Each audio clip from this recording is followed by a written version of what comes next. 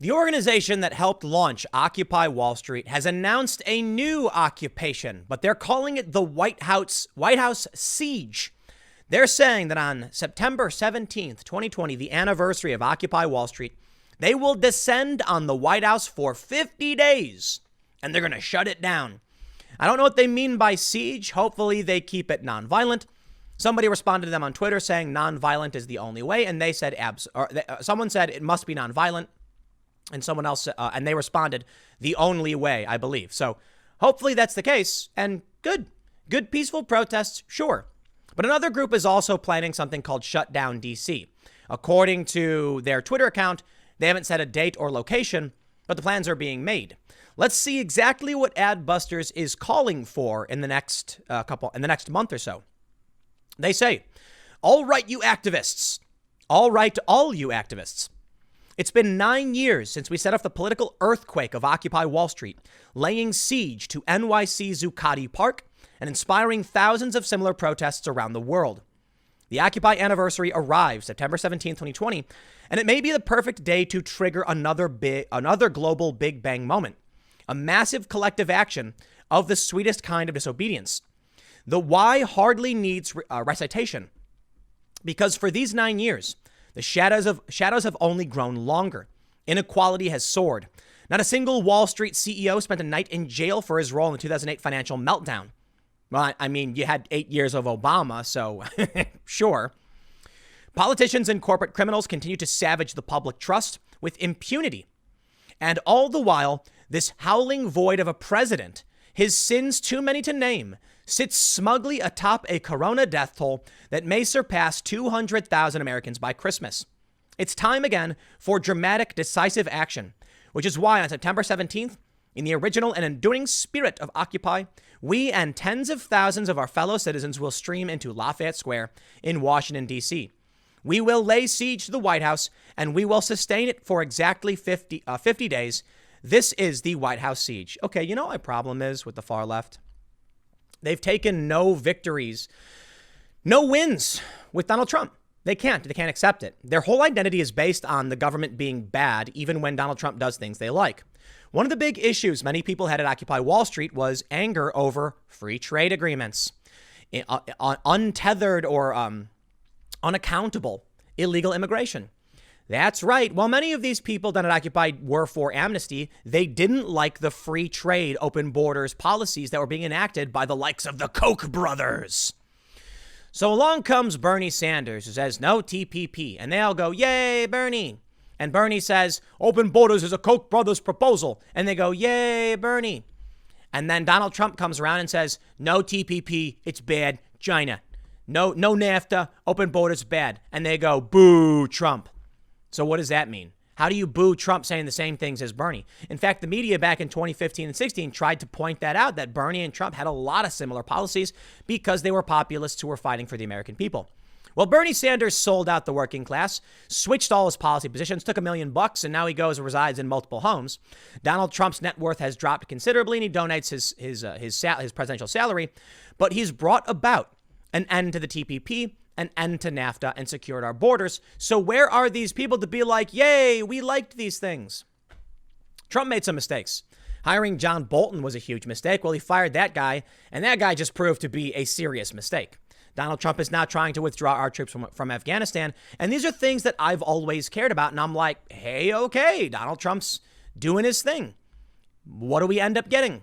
You get a far left that says his sins are too great to bear. They blame him for COVID because it is fake. Adbusters, fake, lies. Where are you now to take victory for the things that Donald Trump has actually brought about? Instead, you seek to oppose him so what, Joe Biden can get back in? All the protests these people had during the Obama administration, and you want to restore the Obama administration now? You are liars, hypocrites, you're full of it. None of the bankers got prosecuted, blah, blah, blah.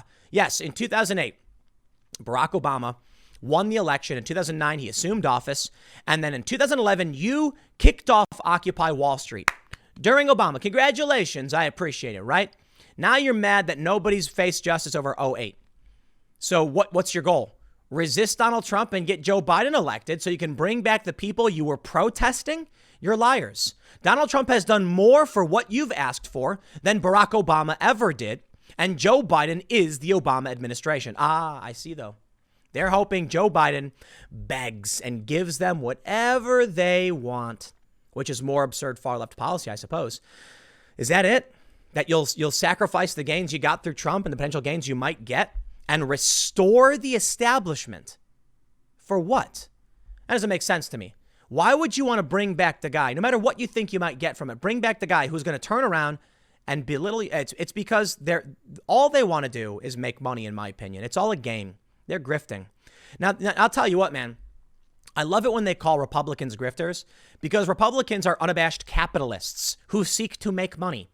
Y'all are supposed to be the socialists who eschew such things and want to form organizations of cooperation, but instead you just manipulate people into going and doing these things so you can generate press for yourselves and then sell magazines or something. They say a siege only works if it's sustained. We witnessed this, the multiplying power of a strategic occupation. 9 years ago, you dig in, hold your ground, and the tension accumulates, amplifies, goes global. 50 days, September 17th to November 3rd. Let us once again summon the sweet revolutionary nonviolence that was our calling card in Zuccotti Park. I'm all for it, man. You want a nonviolent protest? Here, with my blessing. I love it. I really do. I mean it sincerely. Nonviolent, civil disobedience is an American pastime. It's how we make this country. It is a part of who we are. It is a part of that spirit. I'm sorry, though. As much as I'm all for peaceful protest, I think you guys are just lying. I think it's just fake.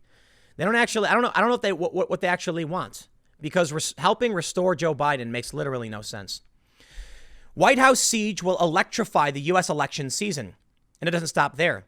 Drawing wind from Me Too, BLM, Extinction Rebellion, and protests against Trump's lethal bungling of coronavirus will inspire a global movement of systemic change, a global spring. In the fall, a cultural heave towards a new world order. What? All right. What is our one demand? We want to collaborate with you, brainstorm tactics with you, spark a revolution with you. We need your voice of wisdom and expertise to pull off a radically democratic tone shift in our politics. If you would like to either contribute or just, drop us a line, here's our email, or submit your ideas to the form below. First, let's get our tactics in order. Then let's screw up our courage, stuff our backpacks with the tools of nonviolent revolution, and head to Lafayette Square with intelligence to match our spirits starting September 17th. I'll tell you what. Here's how I'll put it. If you're going to come out and protest to demand of the Trump administration, I suppose. The problem I see with all of this is that as much as I've never been a big fan of Trump's, presidency, as a comedian, entertainer, and TV guy and all that stuff, yeah, he's hilarious, right? I see him being infinitely better than Joe Biden, who is the Obama administration, who is the crony establishment. So the very least you can say to Donald Trump, here are the things we demand of you, because Trump is likely to win. I mean, most people think he will. Maybe he won't, but, people think he will. Trump will absolutely play populist and offer up real solutions to demands of people who requested of him. Within reason. I mean, you come in and demand a full communist government. That's obviously not going to happen. But you want to talk about healthcare and stuff, and he's going to say, sure. I mean, Trump's talking about it with executive orders because it's not really getting done. Although the left, for some reason, attacks the guy when Trump says things they like. This does not make sense to me. But it's not just ad busters. Hashtag Shutdown DC is also planning for action this fall. They say we're getting ready for an election meltdown this fall. Are you? They go on to mention a bunch of stuff. They don't give any real specifics. They just complain about Donald Trump. And then they talk about their preparation. They say they're going to follow up. So there's a form here. They mentioned on Twitter they don't have any hard plans. They're starting to make plans now. But I highlight this just to show you it's more than one group. I think it's fair to say we are going to see a massive reaction of some sort or massive action of some sort in D.C. And Trump better play this one right, because one of the things they're going to try and do is bait the president to make him look bad. But I'll tell you what. This may be one of the biggest mistakes the far left will be making of the year, of the election, of the decade. The rioting in Portland did not work. Now, they've stressed over and over again, peaceful, nonviolent, they said. Nonviolent, okay? Nah, I'm sorry, man. There will be exploiters, agitators. They're going to come. And what's going to happen is, in the 50 days leading up to an election, you are going to scare the American people to no end with these mass protests and violence, which will invariably occur. Whether the police started or not, doesn't matter. The American people are going to say, I don't want this in my neighborhood. I don't want this in my country. They're already screaming at people. You do this, and you will create fodder for Donald Trump. So you know what? Maybe I was wrong.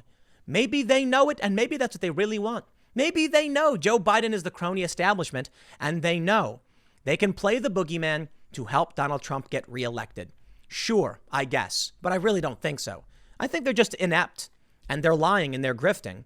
And in the end, what's going to happen is a bunch of people are going to show up. They're going to act a fool. Trump's going to clear it out with the police, and the American people are going to say, good. We need a president who will uphold law and order and shut down the insanity. Anyway, we'll see how this plays out. Thanks for hanging out, everybody. I will see you all tomorrow at 10 a.m. on this channel. I'll see you next time.